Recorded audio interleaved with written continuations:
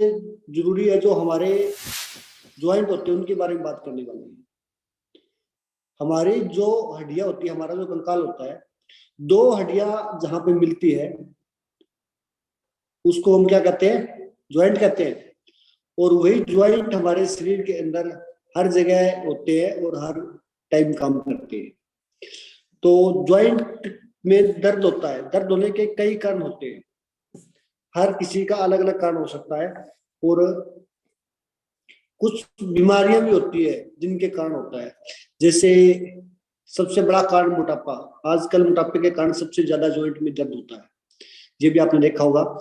कुछ लोगों को धूम्रपान की आदत होती है, धूम्रपान के कारण भी, बीड़ी सिगरेट पीते हैं उसके कारण भी हमारे शरीर में पेन आना स्टार्ट हो जाता है, जॉइंटों में दर्द आना स्टार्ट हो जाता है। कारण क्या होता है कि उसके कारण, तंबाकू के कारण हमारे शरीर के अंदर निकोटीन होता है उसके अंदर, और उसके कारण पूरे शरीर के अंदर ब्लड की सप्लाई नहीं हो पाती है, जिसके कारण हमारे जॉइंट में पेन आना स्टार्ट हो जाता है।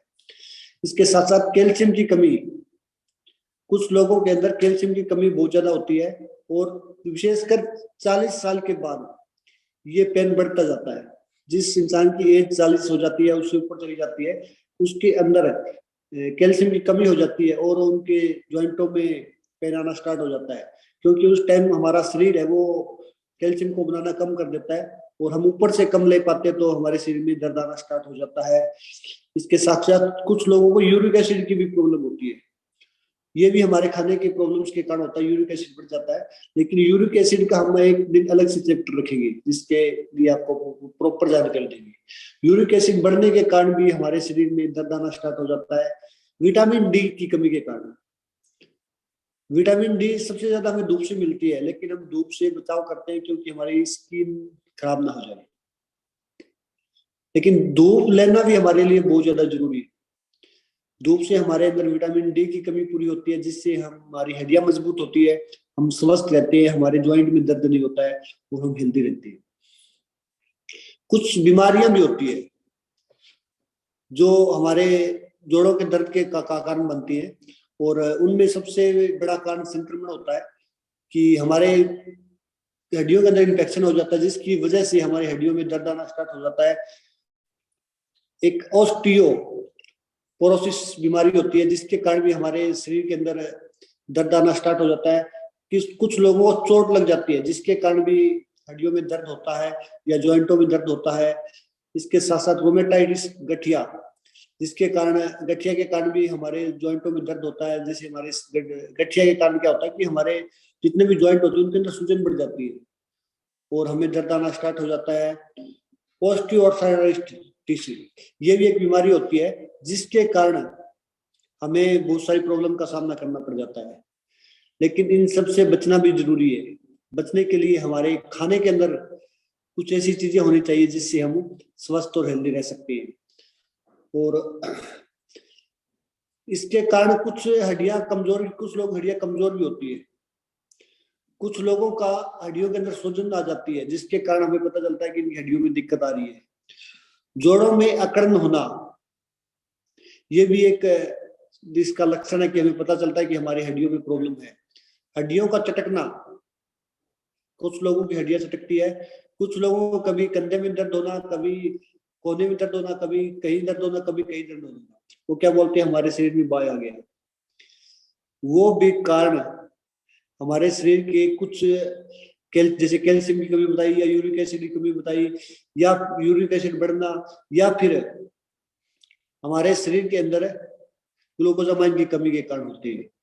लेकिन उनसे बचाव करना भी बहुत ज्यादा जरूरी है। हड्डियों में कट कट की आवाज आना, किस किस को आ रही है? ये हड्डियों में कट कट की आवाज आना भी एक हमारे शरीर में कुछ कमी है। कमी क्या है पता है? कुछ लोगों के कारण कैल्शियम की कमी और कुछ के अंदर ग्लूकोजामाइन की कमी होती है, जिसके कारण हड्डियों में कट कट की आवाज आती है और हड्डियों के अंदर एक हवा बढ़ जाती है, जिसके कारण भी कट कट की आवाज आती है।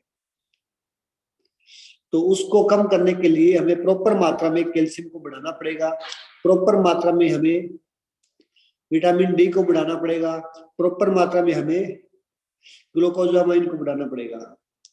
और ये सब चीजें हमें कहाँ से मिलती है? खाने से मिलती है। नॉर्मल स्रोत जो कैल्शियम का है वो सबसे बड़ा स्रोत हमारा दूध माना जाता है।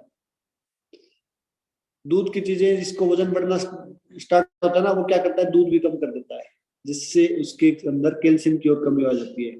नॉर्मल अगर इंसान को देखी जाए तो 1000 mg हर रोज कैल्शियम चाहिए, और लेडीज को कम से कम 1200 mg, और अगर प्रेग्नेंट लेडीज है उसको और ज्यादा चाहिए। तो उतनी कैल्शियम हमारी पूरी नहीं हो पाती है, जिसकी वजह से हमारे शरीर में ये सारी प्रॉब्लम्स आनी स्टार्ट हो जाती है। स्टार्टिंग में थोड़ा थोड़ा पेन होता है, लेकिन वो चीजें धीरे धीरे बढ़ती जाती है, और जैसे जैसे हमारा वजन बढ़ता है तो हमारे घुटनों में भी प्रॉब्लम आती है, हमारे शरीर के अलग अलग हिस्सों में भी दर्द आता है, और हम अनहेल्दी रहने लग जाते हैं।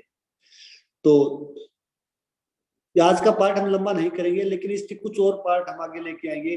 जैसे आपको यूरिक एसिड के बारे में बताएंगे, जैसे हड्डियों में चटकने के कारण आपको दर्द हो रहा है, हड्डियों में चटकने की ज्यादा प्रॉब्लम हो रही है, उसके लिए भी बताएंगे।